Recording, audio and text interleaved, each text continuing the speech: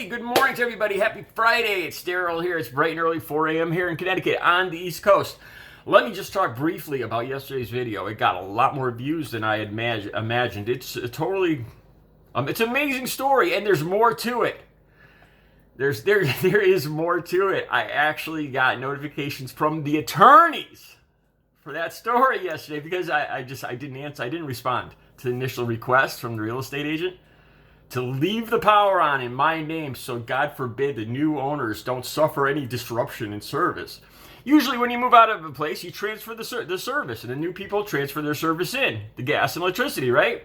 Well, the new residents, the people that are kicking me out and giving me 3 weeks to get out, not the legal 30 days, just 3 weeks, and they want me and my stuff the hell out of here. They do not want any disruption in service, so they want a favor from me.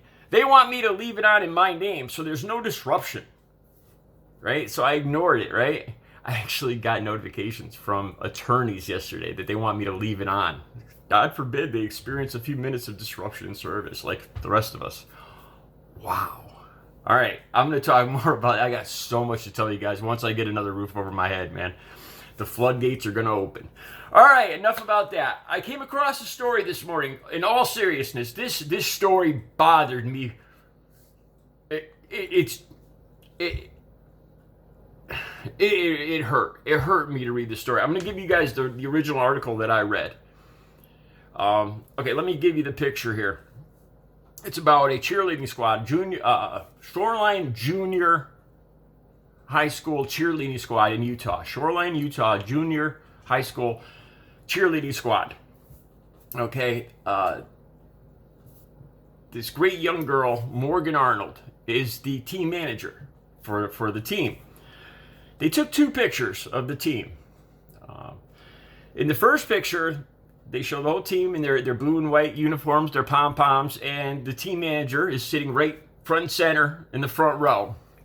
Apparently, according to all the articles, they then asked the team manager to go run an errand while she was gone. And it's not sure who did this, if it was the team advisor or the photographer, who are both adults. This is going to come important in a second. But she was asked to go run an errand. And while she was gone, they took a second picture without her in it.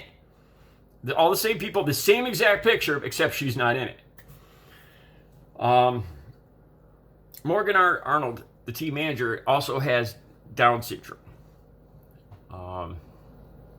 And the picture that was used in the yearbook was the picture without her in it.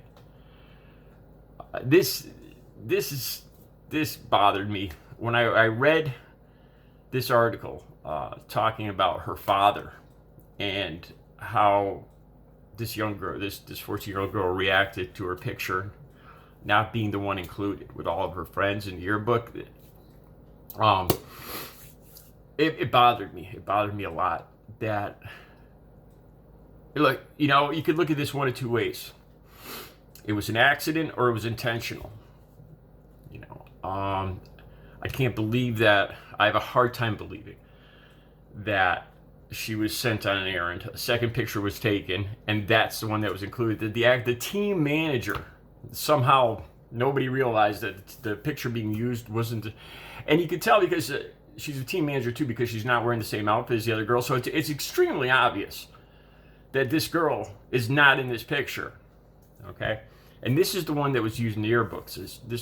Really, when I read her father, the quotes from her father about how this young girl felt not being included. She was very proud of being on this team, being the team manager of this team. To say it bothered me was an understatement. So I was kind of curious. I'll be honest with you guys. The first thing that went through my head, I've told you guys this before over and over, the biggest deal breaker.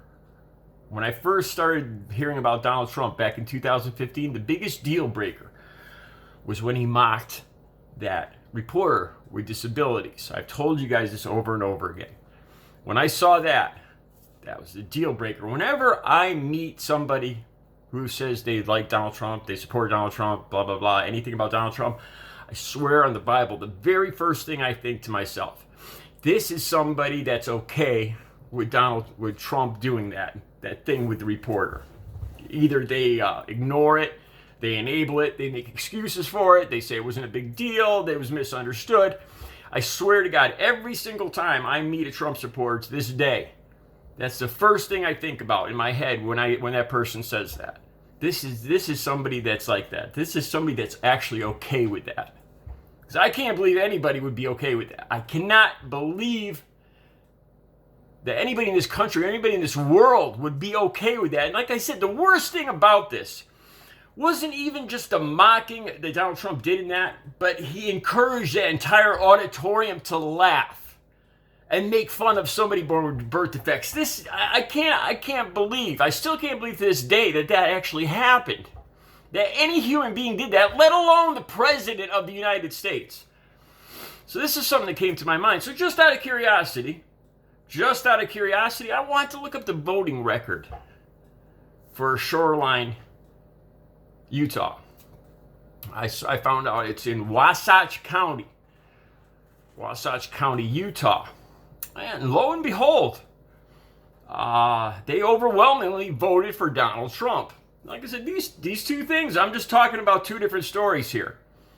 You know, stream of consciousness. When I saw this story about this young girl with Down syndrome being excluded from her year, the team manager being somehow accidentally left out of the team photo in the yearbook with Down syndrome, kind of came to mind about Donald Trump and his mocking that guy with birth defects. And I was curious.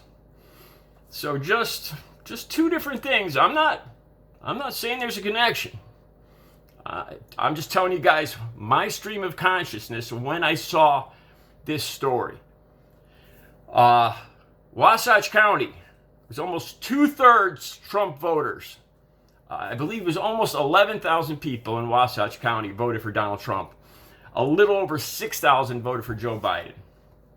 So it was overwhelmingly Trump supporters in Wasatch County. The same county where this happened, where this cheerleader, who is the 14-year-old girl, Morgan Arnold, manager of this team, cheerleading team, was asked to go run an errand.